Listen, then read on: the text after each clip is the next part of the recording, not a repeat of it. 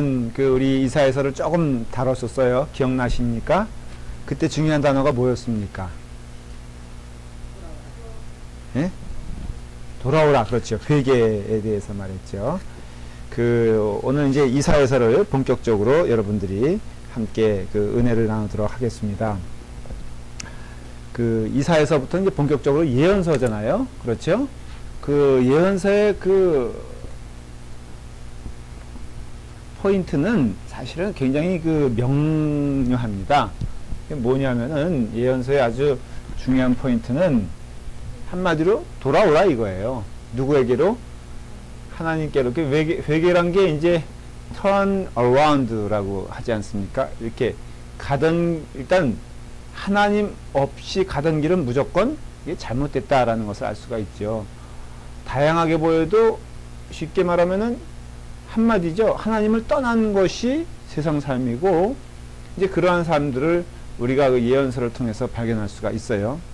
하나님 떠났을 때 비참한 삶에 대해서도 얘기하고 있고, 특별히 이사야서는 초기 예언서입니다. 초기 예언서란 뜻은 그래도 기회가 있을 때, 돌아올 수 있는 길이 있을 때, 그때 이제 쓰여진 책이죠. 그래서 이사야는 초기 예언자라고 할 수 있어요.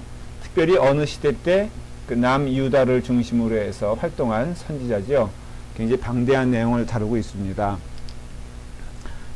대예언서, 소예언서 이렇게 말하는 것은 이제는 여러분들 아실 거예요. 왜 그런 차이가 있다 그랬죠? 분량이 있다. 그 차이죠. 하나님께서 전해주시는 메시지는 중요하고 덜 중요함이 없잖아요. 그런데 이제 분량적으로 이사야서가 대단히 큰 비중을 차지하게 되죠. 이사야서는 세 덩치로 되어 있습니다. 크게 말하면은 세 덩치인데 1장부터 35장까지가 되어 있고요.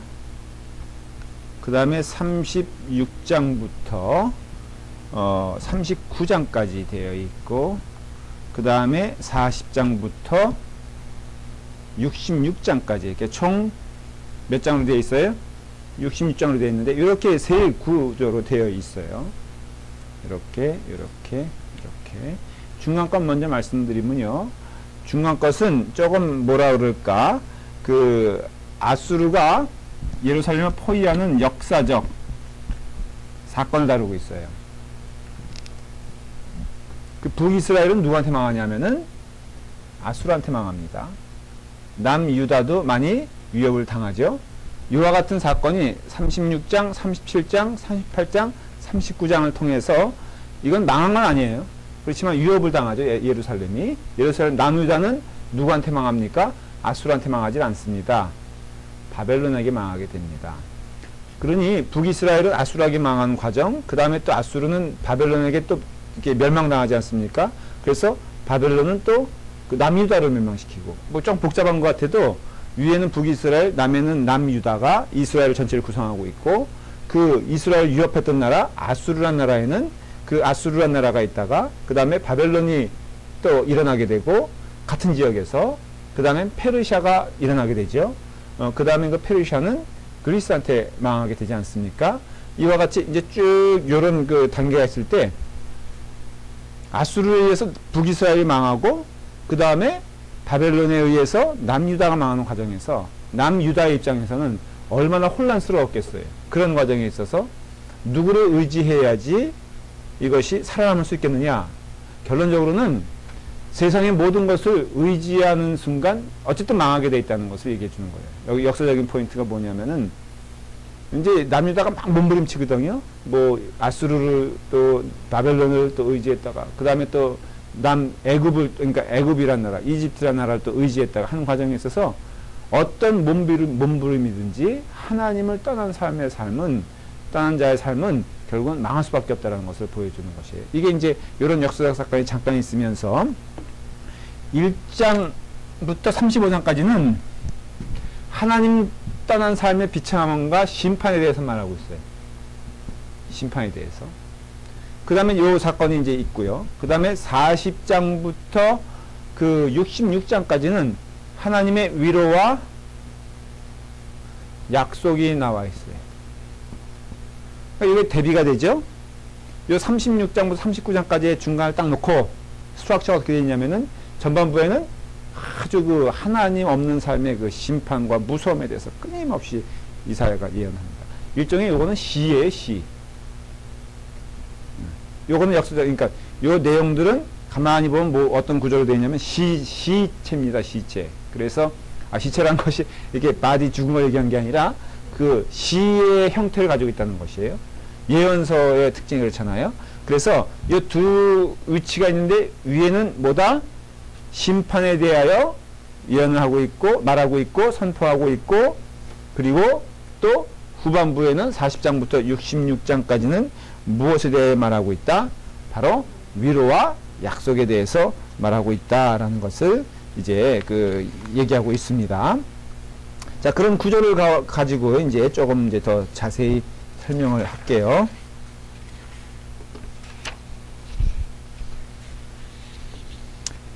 이제 이스라엘의, 그러니까 남유다에 있어서 큰 문제가 뭐냐면은 문제점을 여러분들이 좀 기억하셔야 돼요.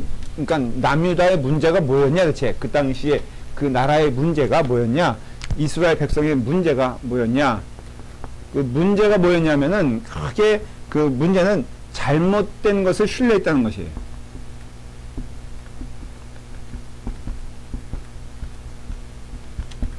문제가 뭐였다고요?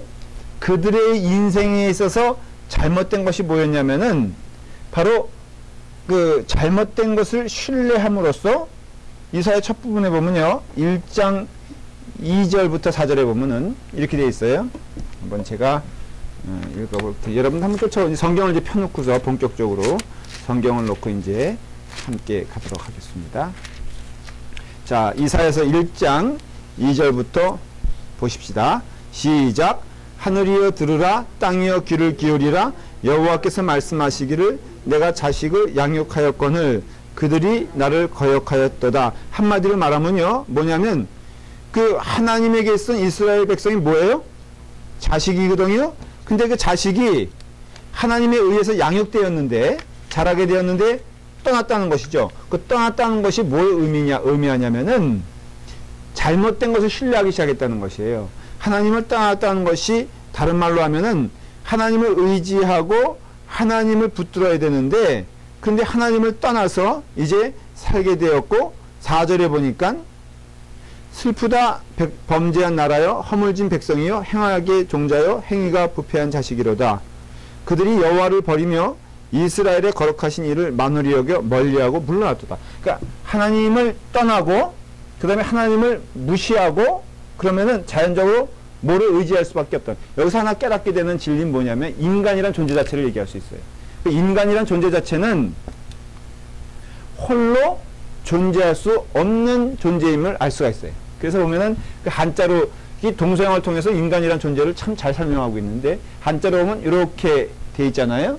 그래서 우리 이거 어떻게 배웠습니까? 혹시 아세요? 그쵸? 이게 혼자는 존재할 수 없는 그 객체가 바로 인간이라는 존재라는 것을 알 수가 있어요. 그러니까 어쨌든 이게 기대며 살 수밖에 없는 존재. 그 말의 뜻은 우리가 깨닫게, 나 혼자는 존재하지 못한다는 거예요. 인간이란 그 어떤 존재성 자체가, 이게 동물 같은 경우도 엄밀하게 따지면 혼자 존재하지 못하잖아요. 뭐 외로운 표범도 먹고 살려면 남을 잡아먹어야 되는 것처럼 모든 존재가 홀로는 존재하지 못한다는 거예요. 그 존재 그 어떤 자체가. 그러니까 인간이라는 존재는 끊임없이 어떤 것을 의지하고 서로 이렇게 결합하고 함께 가면서 살아갈 수밖에 없는 존재다라는 것이에요. 불교에서도 그런 점은 인정을 하잖아요. 그래서 불교는 자신의 행복을 어떤 식으로 찾냐면은 남이 행복해야 내가 행복한 존재로 인정을 해요. 그건 뭐 영적인 의미에서는 틀린 얘기는 아니죠. 그래서 어떤 남을 이렇게 섬기는 것도 궁극적으로는 자신의 행복을 찾아가는 과정이다. 뭐 이렇게 어렵게 말을 하잖아요. 신앙적으로 우리가 깨닫게 되는 것은 인간은 결국은 누구를 신뢰할 수밖에 없는 존재이기 때문에 그 누구를 신뢰할 때 그 다음 질문이 뭐냐면, 그러면 누구를 신뢰해야 잘 사는 것이냐, 이 질문이 더 어떻게 보면 타당한 질문일 수 있는 것이죠. 존재론적인 면에서. 그 얘기예요, 지금. 그래서 문제는 뭐냐면은 무엇을 신뢰했다가 문제가 아니라 누구를 신뢰했느냐라는 것을 이제 아주 차근차근 이 이사야서에서는 얘기하고 있어요. 첫 번째, 이 이사야서에서 말하고자 하는 것은 이스라엘 사람들의 큰 잘못은 왕을 신뢰했다는 거예요. 왕을. 이게 죄라는 거예요. 한마디로 말하면. 그 왕을 신뢰했다라는 것을 그 하나님을 이제 멀리하게 되었을 때 무엇인가 신뢰해야 될 거 아니에요. 이 사람들이 하나님을 떠난 백성 그 다음에는 믿음 없이 살아가는 게 아니라 잘못된 믿음으로 살아가는데 그 잘못된 믿음 가운데 첫 번째가 뭐냐면은 바로 그 이방 왕들을 의지했다는 거예요. 그 차례차례 나와요. 첫째는 31장 1절에 보면 제가 이제 왔다 갔다 하면서 설명을 드릴게요. 도움을 구하러 애굽으로 내려가는 자들은 화 있을지어다 이렇게 경고를 해요. 이사야서 31장 여러분들 이제 빨리 한 번씩 펴보시면은 이제 차근차근 재밌게 나오게 됩니다. 자, 31장 1절 시작. 도움을 구하러 애굽으로 내려가는 자들은 화 있을진저. 여기 보니까 이사야가 아주 뭐라고 말하냐면 그 당시에 어떤 자들이 있었다? 신뢰를 이제 나라가 혼란스럽고 한번 여러분 생각해 보세요. 이 당시에 하나님 말씀이 있었어요? 없었어요? 없었어요. 예, 다시 말하면 이미 믿음이 없는 시대가 되었으니까 무늬만 오늘날에도 참 그런 거 여러분들 느끼지 않습니까? 무늬만 기독교인이 너무너무 많아지는 거예요. 그러니까 그 사람들이 모여서 하는 대책이란 게 어떤 때 보면은 이렇게 황당한 걸 여러분들 느끼는 경우가 있지 않아요? 교회 안에서도 이게 참 리더가 중요해요. 저는 정말 마음 가운데 도전이 되는 거는 함부로 리더를 세우면 안 돼. 그런데 만일에 여기 있는 분들이 리더가 됐다. 근데 그분들이 온전한 믿음이 아니다. 근데 그동안 교회 생활, 소위 말해서 교회 생활 1년하고 2년 되면은 사람들이 그냥 의뢰 추측하는 게 그 사람에겐 그 정도 어떤 퀄리티와 믿음이 있다라고 생각을 하기 때문에 이제 지축이 주어지잖아요. 그러면 주일학교에 잘못된 선생님이 들어가면요. 애들이 가르치는 게 뭘 가르치겠어요? 그 사람들이 권사가 되고 장로가 되면 무엇을 하겠냐 이거예요. 교회에 무슨 문제가 생기고 결정할 일이 생기면은 반드시 그런 사람들은 그 태도가 뭐냐면은 인간적인 방법을 추구하지 결코 신앙적인 방법을 추구하지 않는다는 것이죠. 이스라엘 사람들의 문제는 뭐였냐면은 신앙이 없어 버렸어요. 하나님께 대한 믿음이 사라졌어요. 하나님에 대한 말씀이 사라졌어요. 그러니까 이제 문제가 생겼어요. 문제는 다 있잖아요. 인생에 있어서. 그럴 때 첫 번째 나타나는 그룹이 뭐냐면은 이방 왕들을 이제 의지하기 시작하는 거예요. 눈에 보이지 않으니까. 그러니까는 어떤 한 무리는 어디로 갔다? 애굽으로 갔다는 거예요. 그러니까 이사야가 보기에는 이거는 큰 죄라는 것이에요. 지금 너희들이 왜 이런 문제가 생겼느냐? 하나님의 관점에서 보면은 이스라엘 사람들에게 이런 위기가 생긴 것은 하나님을 온전히 의지하지 않는 죄악된 삶을 살기 때문에 문제가 발생한 것인데 이스라엘 사람들은 어떻게 이해했냐면은 이것은 우리의 안전에 문제가 있다라고 생각한 것이고 이것은 우리가 줄을 잘못 잡았다고 생각했기 때문에 이게 문제가 됐다고 지금 보는 거예요. 그래서 자 보십시오. 이제 애굽을 의지하기 시작한 사람이 나오고요. 그 다음에 이거 아니다. 곧 이어서는 아수르 왕을 신뢰한 사람들이 나오고요. 그 다음에 1장부터 39장 쭉 전반을 보면은 아수르의 힘이 약해지자 바벨론을 또 의지하는 사람들이 나오기 시작해요. 1장부터 39장까지 이런 얘기들이 막 반복하여서 이제 억지 또 나오기 시작합니다.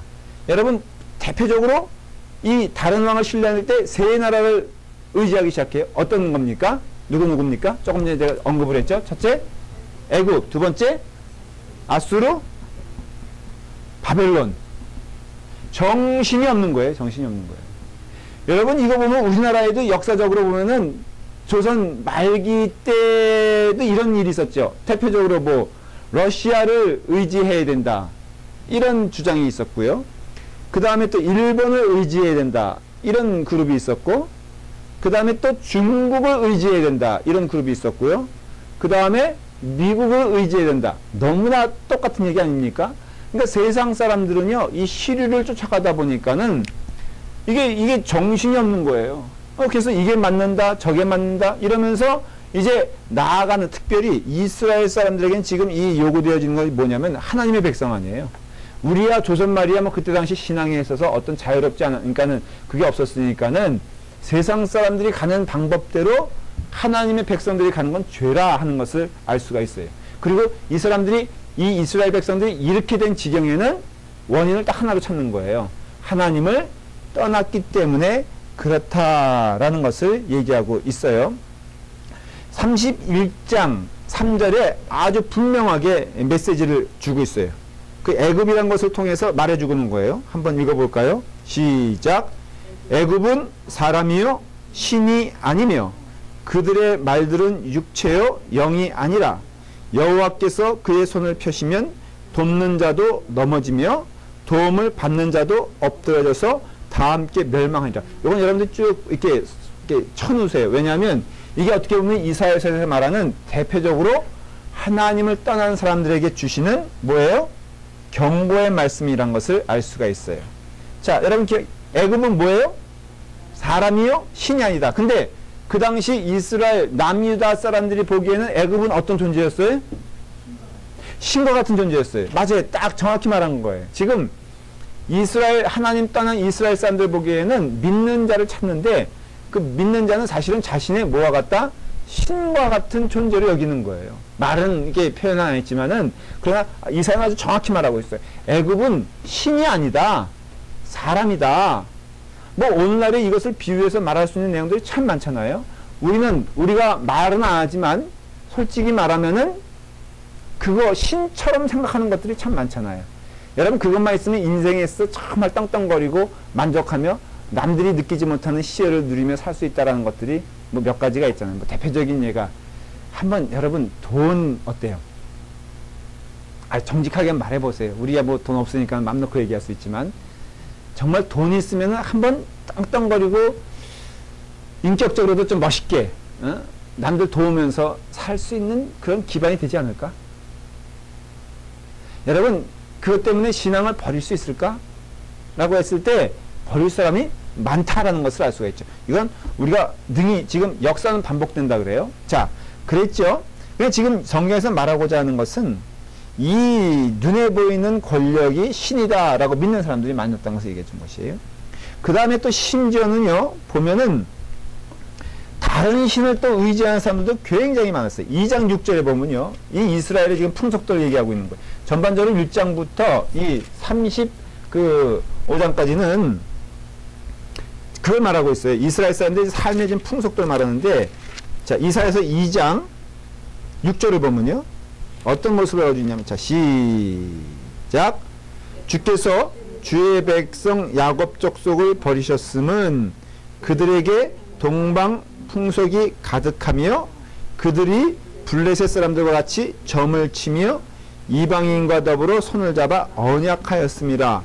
보십시오. 지금 이스라엘 사람들에게 뭐가 가득했다는 거예요? 동방 풍속. 이건 한마디로 말하면 세상 풍속을 말하는 것이에요.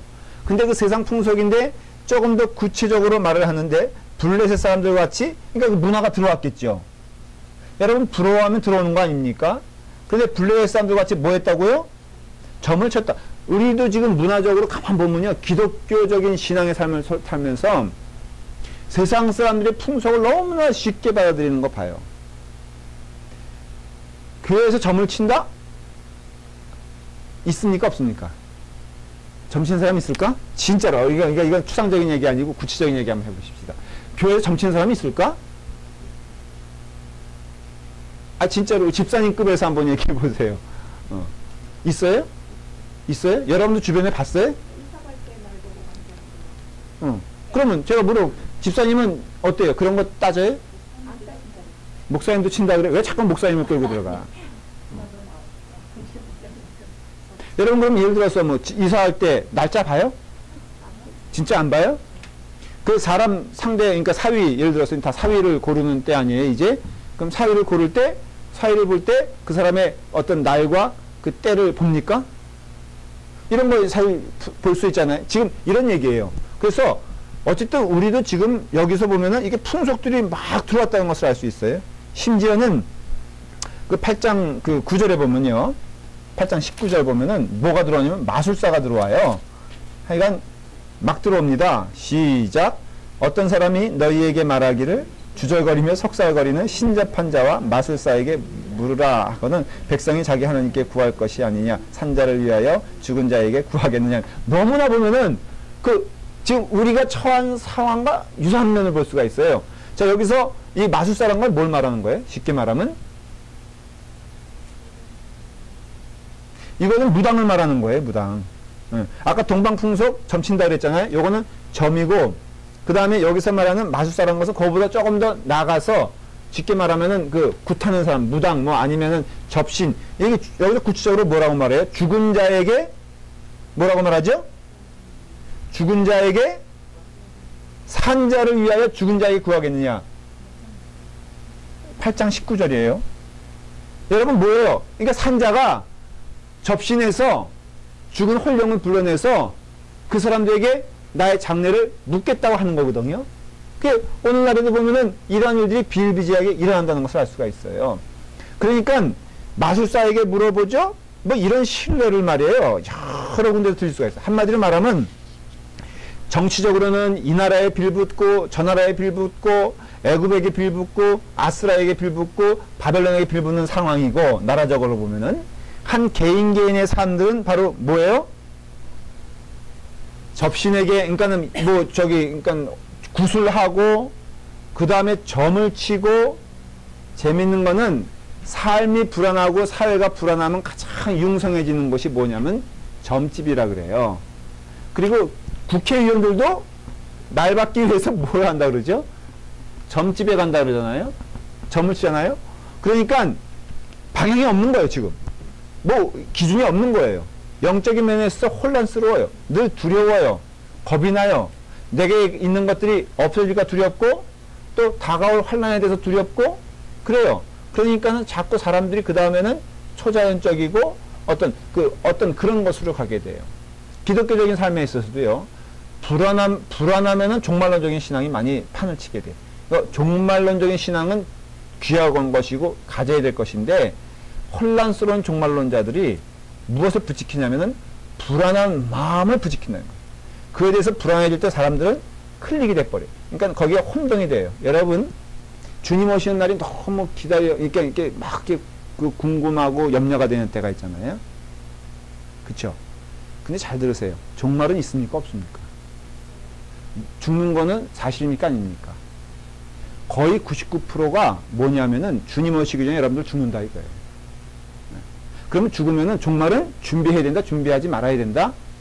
준비해야 돼요. 그러니까 질문이 필요 없는데 자꾸 사람들은 우리의 불안한 마음을 이용해서 마치 뭐 우리가 영원히 살 것처럼, 근데 주님 오시면은 준비 당연히 해야죠. 그러니까 우리가 이렇게 올바로 볼 것들을 우리의 삶이 혼돈스러우면 혼란스러워진다 이거예요. 그 대표적인 것이 점을 치라, 뭐 대표적인 것이 누구를 의지하라는 것이죠. 그 다음에 이제 잘못된 것을 신뢰하는데 또 하나 잘못된 것, 그것이 뭐냐면은 자신을 의지했다는 것이에요. 여러분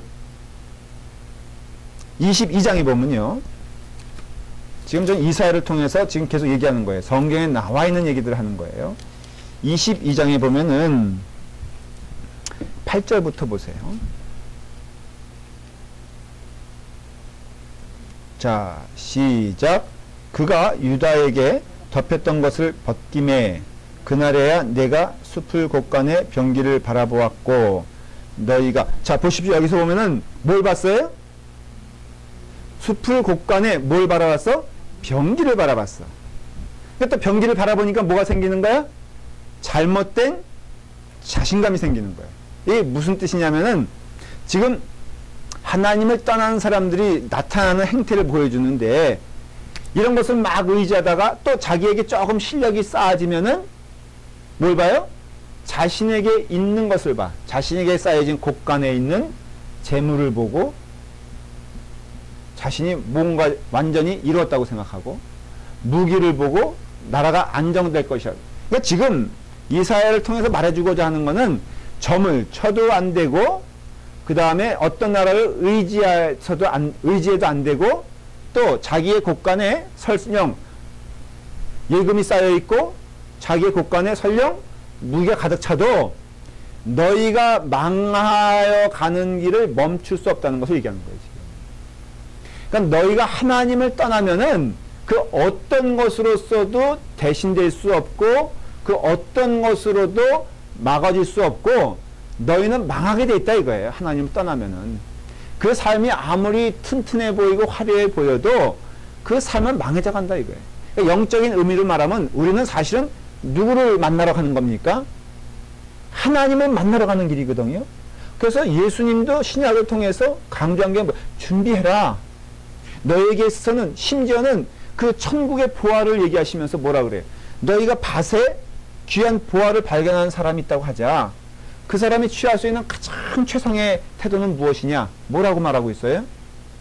그 보화를 캐내기 위해서, 얻기 위해서 뭐 하라고요? 집 팔고 냉장고 팔고 모든 것을 팔아서라도, 다른 말로 하면 모든 것을 희생해서라도, 모든 것을 잃는다 할지라도 너희가 그것을 캐내야 된다 이거예요. 왜? 이것이 천국 가는 길에 그 바로 예수 그리스도거든. 그 예수님이 지금 예수님 자신을 말하는 것이에요. 예수 그리스도만이 천국 가는 유일한 길이라 이거예요. 근데 너희는 지금 뭘 준비하고 뭘 의지하고 있냐? 궁극적으로 영생의 삶을, 그래서 기독교의 삶은 마나니타 주여 어서 오시옵소서 하고, 우리는 그런 점에서는 종말론적인 삶을 살아가고 있는데, 저는 그런 점에서는 참 답답한 것을 어떤 때 느껴요. 뭐냐면 이 신자들이라 할지라도 정말 중요한 시간, 중요한 것이 무엇인지 모르고 살아가는 경우가 참 많아요. 하나님의 말씀 배우는 게 참 중요하거든요. 근데 하나님의 말씀, 그렇다고 해서 오늘 뭐 이렇게 결석하는 사람들을 제가 이렇게 뭐라고 이렇게 평가하는 거 아니에요. 다만 요 시간이 너무 아깝다는 거지. 똑같아. 우리의 삶에 있어서 정말 중요한 것이 이건데, 중요한 것이 여기 있는데 엉뚱한 것이 중요한 것처럼 생각하고 우선순위에 있어서 하나님 말씀 배우는 일을 가장 뒤로 두고, 하나님 말씀 깨닫는 일을 뒤로 두고, 기도하는 일을 뒤로 두고, 오히려 일상 것들이 자기의 삶을 윤택하고 풍족하게 만들 것이라고 생각하는 착각 가운데 살아가고 있는데, 그 핵심이 자기 자신이라 이거예요. 자기 자신을 믿음으로써 그들이 얼마나 비참한 삶을 살게 되었는가를 또 보여주는 거예요. 그리고 또한 무엇을 지금 의지하냐면은 신실하지 못한 지도자를 또 의지하는 거예요. 그러니까 여러분들이 보면은 이제 그 이스라엘 사람들이 하는 행태가 보면은 하나님께서 주시는 그 신실하지 못한 지도자라는 것은 뭘 뜻하냐면요, 하나님이 허락하신 종이라 할지라도 그것을 믿으면 그 사람은 신실하지 못하게 되는 거예요. 무슨 말인지 이해가 되세요? 아무리 그 사람이 하나님의 말씀을 전하고 그 사람의 삶이 신실하다 할지라도 그 사람을 믿으면은 그 자신이 신실하지 못한 지도자가 된다는 거예요. 왜냐하면 자, 예를 들어서 제가 하나님 말씀 전하는 자 아닙니까? 그러면 때로는 어떤 사람들은 눈에 보이는 지도자를 눈에 보이지 않는 하나님보다 의지할 수 있잖아요. 그러면 거기서 나오는 메시지가 아무리 옳다고 하여도 여러분들 그것은 신실하지 못한 지도자가 되는 것이고, 신실하지 못한 지도자를 섬기는 꼴이 된다 이거예요. 이것조차도 죄라 이거예요. 결과적으로 무서운 파멸을 가져온다는 것이에요. 저는 이 말씀이 참 옳다라고 믿는 것이, 여러분 그 사람이 아무리 신실하게 그 말씀, 한국에서 존경받지 못하는 지도자도 있지만은 존경받는 지도자도 있잖아요. 그런 일이 진짜로 있더라고요. 보니까는 한국에서 뭐 예를 들어서 하영조 목사님 같은 경우가 참 존경스럽잖아요. 근데 그분이 이제 가끔 이렇게 미국으로 오기도 하고 그러면 그 하영조 목사님을 정말로 신처럼 보살피는 분들이 있더라고요. 그런데 너무 거기에 몰입해가지고 미처 하나님보다 그 목사님이 뭘 하든지 뭘 말하든지 그리고 또 무슨 일을 하든지 어떻게 보면 맹목적으로 쫓아가는 경우를 봐요. 그럼 뭐 존경의 의미로 한다. 근데 여러분 그것이 너무 과해지거나 문제가 되면 어떤 문제가 생기냐면은 하나님이 보이지 않는 거예요. 그 목사님이 말하는 게 그게 하나님이야. 그리고 그 목사님이 하는 행동이 하나님이 돼버리고 결국은 뭐가 돼버리냐면 그 목사님 자체가 하나님이 되는 것을 봐요. 여러분 그런 경우 가끔 있잖아요. 그러면은 그 입에서 나오는 것이 아무리 신령하고 신실한 것이라 할지라도 결국은 그것이 잘못된 길을 인도하는 지도자가 되는 것이고, 결국은 나의 입장에서는 잘못된 길을 가는 지도자를 쫓아가는 한 영혼이 돼버리고 만답니다. 그러니까는 여기서 무엇을 의지하든지 어떤 것을 신뢰하든지 이 종류를 쭉 나열한 이유는 뭐냐면은, 하나님을 신뢰하지 아니하고 하나님의 그것을 믿지 않으면은 결국은 다 뭐가 돼버린다? 죄가 돼버린다는 것이에요. 심지어는 말해주고 하는 건 이런 거예요. 심지어는요, 이런 걸 다 종합을 해서 어디까지 나가냐면은, 이사에서는 하나님이 주신 것이라 할지라도 그 하나님이 주신 것에 대하여 우리의 눈이 너무 커지면은 그것도 죄가 된다. 너무 결국 무서운 얘기면서도 맞는 얘기 아니에요? 하나님이 주신 게 있잖아요. 여러분들, 하나님이 주신 것은 다 선해요, 악해요? 악하죠? 아니죠. 선하죠, 당연히. 그렇죠? 선하단 말이에요. 선한데 어떤 경우는 저는 그런 것도 봐요. 어느 목사님이 정말로 교인들과 함께 땀을 흘리고 수고해서 교회를 건축했어요. 헌금을 정말 집도 막 그냥 바치고요, 모든 삶을 들여서 교회를 건축했어. 사랑하는 여러분, 그 교회는 하나님의 전입니까? 아닙니까? 아름답습니까? 아니면 더럽습니까? 아름답죠. 귀한 겁니까? 아닙니까? 귀한 거죠. 그런데 문제는 그 다음에 문제가 있어요. 그 교회가 이 목사님의 마음 가운데 너무 깊이 들어온 거야. 그래서 교회만 봐도 너무 배가 불러. 교회만 봐도 너무너무 흐뭇해. 교회만 보니까 내가 헌신한 것이 얼마나 기쁜지 몰라. 여러분들, 기쁜 거와 잘한 거는 종이 한 장 차이인 거 아세요? 그래서 이 교회를 볼 때마다 그것이 어떻게 보면 순수한 마음으로 시작된, 정말 주님의 전이 얼마나 아름다운가, 주님의 전이 얼마나 귀한가 그러는데, 이게 시간이 지나가면서 이 교회가 하나님이 돼버린 거야.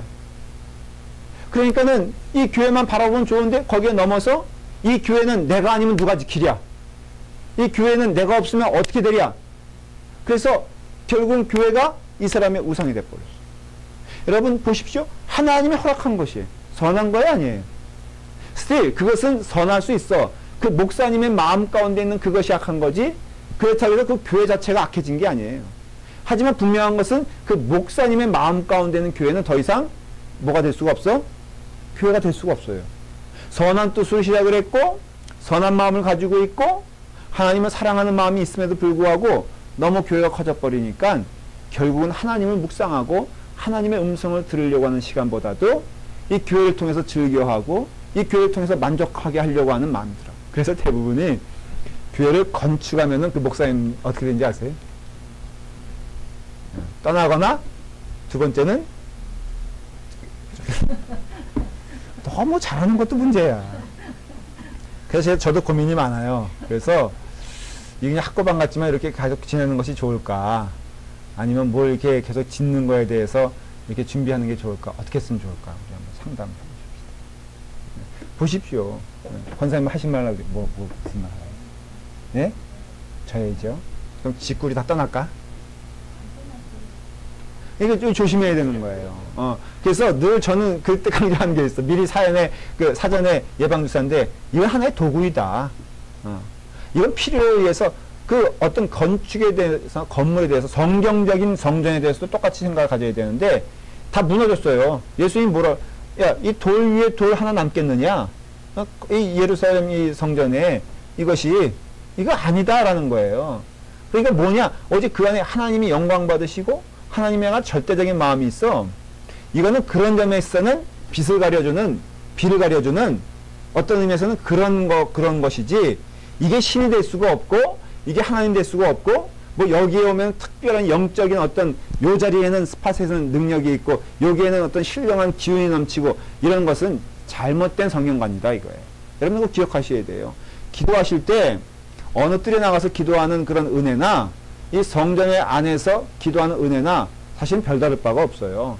다만 교회가 우리가 가까이 올 수 있는 거리에 있으면 부지런히 와야 되는 건 너무 신앙적인 것이고, 이 교회에 오면 그래도 주님을 많이 묵상할 수 있는 환경이 있는 것도 인정해야 되고, 그런 점에서는 교회가 참 귀한 것도 인정해야 되지만, 그러나 이 교회 자체가 신령화되거나 뭐 여기만 문턱에만 들었으면 갑자기 뭐 건강의 기운이 막 온다거나, 아니면 잘못된, 우리 교회만 와보세요. 태의 기운이 넘쳐가지고 그냥 못났던 애를 그냥 이렇게 쑥쑥 났습니다. 이렇게 가르치는 건 잘못이다라는 것이.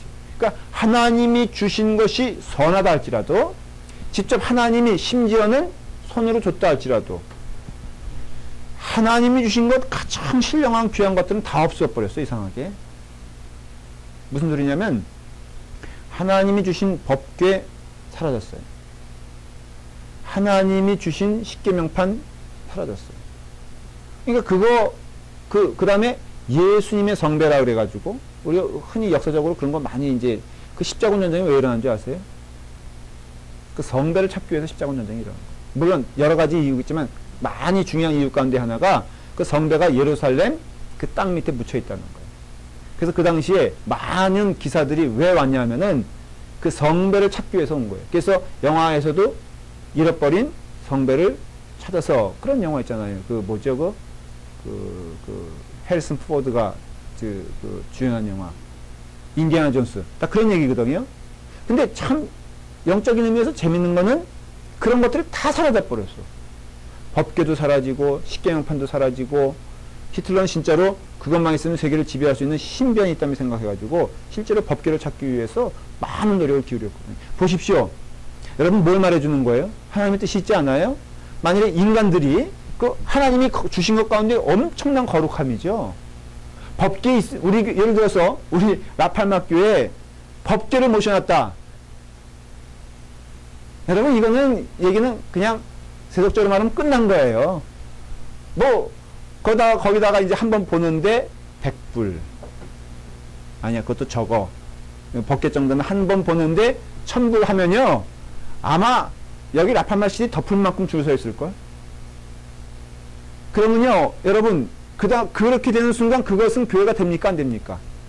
안 돼요.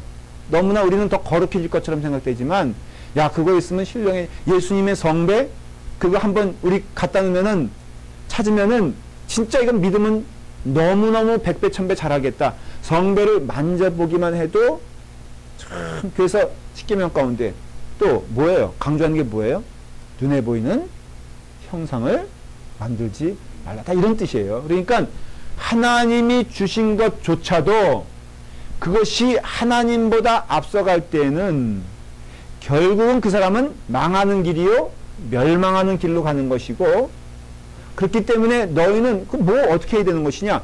하나님께 돌아와. 그렇게 말하는 거죠. 이런 얘기들이 지금 이사야서에서 계속 되는 것이에요. 우리가 해석할 수 있는 부분들이 참 많은데, 저는 제가 조금 마음 가운데 염려가 되는 게 뭐냐면요, 이게 조건적 믿음 생활을 자꾸 사람들은 좋아해. 내가 권사님만 되면은 내가 뭐 이거 하겠습니다. 이런 사람 굉장히 많아요. 어떤 분들은 내가 장로님 되면은 정말로 열심히 뭔가 하겠습니다. 아니, 장로님 되기 전에 하면 안 돼? 내가 우리 아이 대학 들어가면은 내가 이렇게 정말 헌금하겠습니다. 이런 분들 있어요. 교회 목사님, 우리 애가 대학만 들어가면은 내가 정말 뭐 10만 불이고 내겠습니다. 아니, 그거 대학 들어가기 전에 10만 불 내면 안 될까? 왜 꼭 조건이 붙어야 되는 거예요? 그러니까는 우리가 이렇게 살면서 신앙생활에 있어서 너무나 잘못된 삶을 살아가는 경우가 참 많아요. 그러니까 하나님만으로만 즐거워해야 되고 하나님만으로만 만족해야 되는데, 이 신앙이 사라지게 되면요, 결국은 그 사람은 신앙이 아니에요. 그러니까 눈으로 보기에는 이렇게 보면은 신앙 아닌 건 참 많아요. 막 열심히 봉사하는데 눈으로 보기엔 너무너무 열심히 해. 그런데 어느 순간 아주 냉랭하게 저 사람이 왜 그럴까 할 정도로 딱 식어지는 때가 있어. 왜냐? 그 포인트가 뭐냐면, 이렇게 열심히 했는데 사람들이 알아주지 않는다 이거예요. 이렇게 헌신했는데 사람들은 팽팽히 놀고 있다 이거예요. 여러분 잘 들어보세요. 내가 순수한 마음으로 봉사하는데 그 눈에 그 다른 사람들의 노는 것이 눈에 들어오고 섭섭해지고 그것 때문에 넘어진다면은 그 사람은 어떤 신을 섬긴 거예요? 어떤 여기 캐테고리 가운데 어떤 게 해당되는 거예요? 자기 만족에 해당되는 거예요. 그러니까 결국은 자기 만족을 위해서 헌신한 것이지, 내 만족이 사라지니까, 내 만족이 만족되지 않으니까 가차없이 그 마음이 확 돌아서는 것을 봐요. 그거 신앙 아니에요. 그 참된 하나님과 더불어 동행하는 신앙은 그 어느 것도 흔들 수가 없는 특징이 있어요. 그래서 여러분들 참된 신앙의 길을 간 사람 또 우리가 성경에서 보잖아요. 바울이라든가 뭐 베드로라든가 야고보라든가 끝까지 간 사람들 특징이 뭐냐면은 그 어떤 환경이 와도 나를 교만하게 만들 수 있는 만족의 환경이 와도, 나를 궁핍하게 만드는 어려운 환경이 와도, 내 육신이 훼손되는 어떤 고통이 와도, 감옥에 갇히는 억울한 환경이 돼도 그들의 삶은 전혀 요동치 않아. 감옥에 있을 때도 늘 찬송, 남들이 칭찬하는 그 과정에서도 늘 찬송, 사람들이 나를 도와줘서, 그리고 또 나를 좋아해서, 정말 바울 선생님 없으면은 이 교회는 가차없이 떠나잖아요. 그리고 가차없이 이 교회는 내 교회가 아니고 하나님의 교회요, 예수님의 교회라고 말하잖아요. 그리고 그 사람이 감옥에, 여러분, 막 말씀을 전하는데 말이에요. 수천 명이 몰려와서 당신의 말씀이 뜨겁습니다, 당신의 말씀이 은혜롭다고 할 때 베드로는 보찜 싸들고 가잖아요. 바울에게 막 달려와서 막 그냥 수건이라도 한 장 주시면은 내가 그걸로 병이 낫겠나이다 하는 그런 환호성 치는 가운데 바울은요, 그 터키의 그 전도한 여정을 이렇게 살펴보면요, 산적이 밀려오는 그 산길을 간 거예요. 그냥 화려한 길이 아니에요. 거기에 한 명이나 두 명 동행 가면서, 여러분, 제가 그 길을 저는 버스 타고 갔는데 너무너무 힘들었어. 그 길 다니는 것도. 근데요, 5월에도 눈이 있는 그 산맥을 그냥 두벅두벅 계속 걸어가는 거예요. 그래서 사람들 모여서 예배드리고 교회 생기면 또 떠나고 하면서 그 위대한 바울이라조차도 감옥에 갇히고 바다에 쓸쓸히 길을 걸어가고 산을 걸어가고 하면서 주의 복음을 전하면서도 그의 기쁨이 여기서도 저기서도 충만한 것을 경험해요. 그러니까 이사야서에서 지금 보여주는 내용이 그런 의미에서는 그 심판이요 허망함인데, 이렇게 전도서와 연결이 된다면은 하나님 없는 삶은 허망한 것이고 하나님 없는 삶은 안전하지 않으며 궁극적으로는 하나님의 없는 삶은 망하게 돼 있다 이거예요. 근데 누가 망하게 하느냐? 하나님이 망하게 하신다. 여러분, 하나님의 손을 막을 자도 없고요, 하나님의 손을 흔드시면 그것을 피할 자도 없다 그랬어요. 그러니까 하나님께서 하시는데 그 하나님의 예언이 뭐예요? 너희들 나를 떠나면은 망한다라는 거예요. 지금 이게 전반부에, 제가 오늘 전반부만 얘기할 건데, 그 35장 전에 그 내용들은 다 뭐예요? 너희들이 다른 왕을 의지해봐라, 너희들이 뭐 다른 환경을 의지해봐라, 심지어는 너의 자신을 의지해봐라, 너희가 쌓아놓은 경력과 곡간과 무기와 재물을 의지해봐라, 다 망하게 됐다 이거예요. 왜 망하게 수밖에 없느냐? 하나님이 흔드시는데 어떻게 망하지 않을 수가 있는 거예요. 하나님께서 무너뜨리기 결심하시면은 무너지게 됐는데, 반드시 하나님 아닌 자를 의지한, 하나님 백성 아닌 자들은 무너질 수밖에 없다. 다른 요인이 아니에요. 뭐 우리는 눈에 보기에 뭐, 심지어는 하나님께서 무엇을 사용하십니까? 이방 민족을 사용하지 않습니까? 여러분, 그 뭘 뜻하냐면요, 하나님은 그만큼 집요하시다는 것을 말하는 것이고, 하나님 없는 백성이 가는 길의 궁극적인 길은 시간의 차이일 뿐, 여러분, 그 길은 망하는 것이고 무너지는 길이다라는 것이에요. 그러니까 빨리 어떻게 하라? 늦었으니까 돌아와라 이거예요. 이사야서는요, 이렇게 재밌는 건, 재밌다기보다도 이사야를 시작해서 이제 예언자들이 쭉 나오기 시작하지 않습니까? 결국은요, 그 예언이 하나도 틀려진 게 없고 다 이루어지고, 지금 이사야만 하더라도 어떤 거냐면은 기회가 있다 그거예요. 종말적인 의미에서 이사야서가 갖는 포지션은 뭐냐면은 기회가 있다. 아직도 너희가 들을 수 있으니 시간이 있다. Not too late. 너희가 지금 늦은 것이 아니다. 그러니 너희에게 그 늦어진 시간이 아닌 것을 알고 주님께로 돌아올 수 있는 음성을 듣는 것 복된 일이지 않고 주님께 도와라 하는 것이에요. 그러니까 오늘 말하면 지금 이 시간이 하나님의 음성을 들을 수 있는 것이 복된 일이고 귀한 일이에요. 그래서 이사야서는 심판을 얘기하지만은 40장 이후부터는 소망을 얘기해요. 참 이게 보면은 중요한 이렇게 그 패턴을 가지고 있고 스트럭처 가지고 있어요. 그래서 심판, 그다음 뭐라고요? 실질적으로 일어나는 사건을 중간에 삽입을 시키고, 그다음 뭐라고요? 위로. 예고편 들려드릴게요. 그 위로는 중심이 뭘까? 예수 그리스도예요. 왜냐하면 잘 아시죠? 예수 그리스도 오실 메시아에 대해서 가장 분명하게 묘사한 내용의 부분이 어딘지 아십니까? 이사야서 40장 이후부터예요. 그러니까 우리가 깨닫게 되는 것은 이때가 어두움의 때지만은 절망의 때는 아니고요. 이때가 참 어려운 때지만은 낙심할 때가 아니고, 이럴 때일수록 우리는 부단히 어떻게 해야 된다? 하나님 말씀 붙잡고 하나님 가야 한다는 거예요. 교회도요, 지금 저희가 지금 연애를 지난주에 했잖아요. 제가 한번 그런 얘기 한 적이 있어요. 좀 너무 답답하고 안타까운 것은 나오는 얘기가 다 패배적인 얘기예요. 나오는 얘기가 절망적인 얘기예요. 근데 제가 좀 도전이 되는 것은, 그래서 우리의 지금 존재 이유가 무엇이냐? 이때 그러면은 속상해하고 낙심하고, 아니다. 우리에게 주신 사명이 있지 않느냐? 저는 여러분들 낙심하지 않길 바라요. 교회가 어떠한 소식이 들려오든 어떠한 모습으로 진행되든 우리 라팔마 교회에게 주어주신 하나님의 사명은 뭐냐면은, 하나님 말씀만이 우리를 살린다. 하나님 절대적으로 의지하는 삶이 우리를 살린다라는 것을 믿고, 우리 라팔마 교회가 부단히 거기에 뭐가 되는 거예요? 빛이 되는 거예요. 이건 어떤 교회와 경쟁의 문제도 아니고요. 신도수를 어떻게 확보하냐의 문제도 아니에요.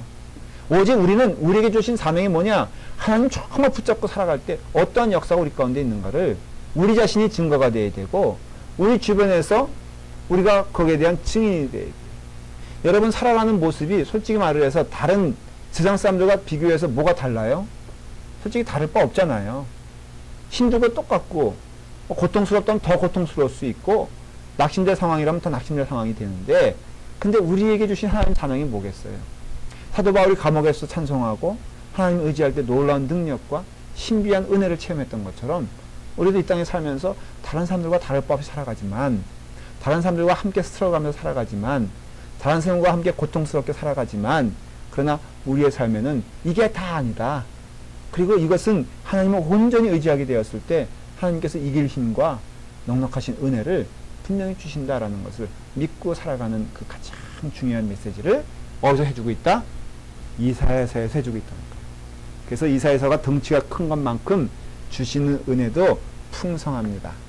그래서 여러분들이 이제 오늘 이 과정을, 이 과목을, 이사야서를 오늘도 듣고 다음 주도 들으면서 이제 그 이사야서를 여러분들이 쭉 읽어보실 때 이러한 관점에서 여러분들이 들으시면은 큰 은혜가 될 줄 믿습니다. 자, 정리하도록 하겠습니다. 큰 주제는 뭐다? 이사야서 회개다. 큰 덩어리 세 개가 있다. 첫 번째는 뭐다? 심판.